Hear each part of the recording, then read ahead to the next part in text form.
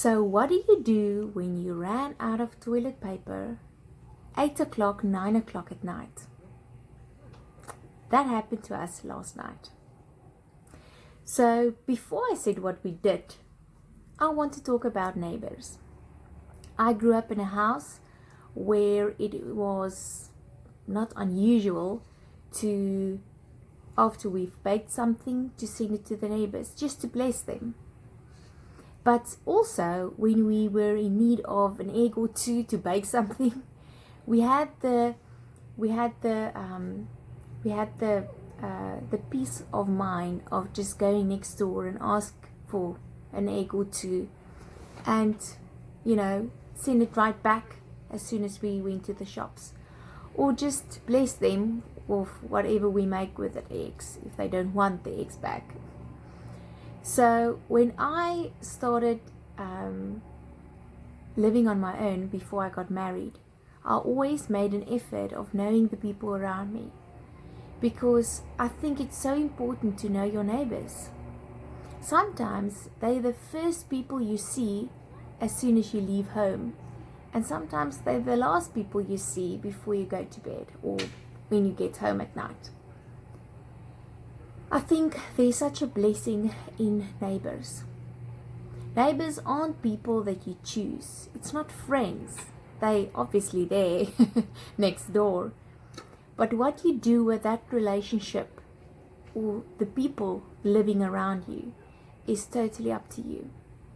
I know a lot of people who don't even know their neighbors, not let alone know their names, their birthdays, or have no interaction whatsoever with their neighbors.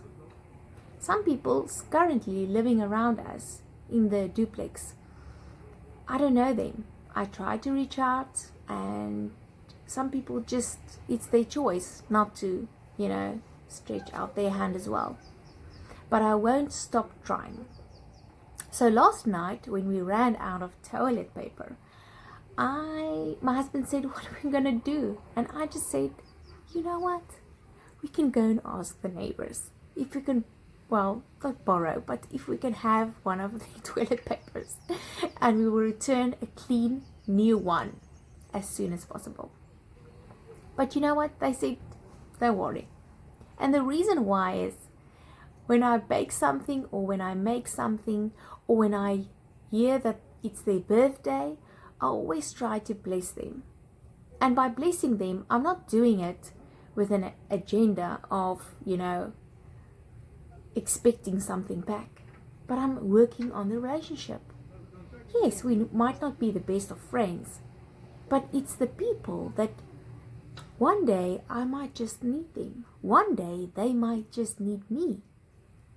If you have a medical situation, you call the hospital. But what's the first thing you're gonna do?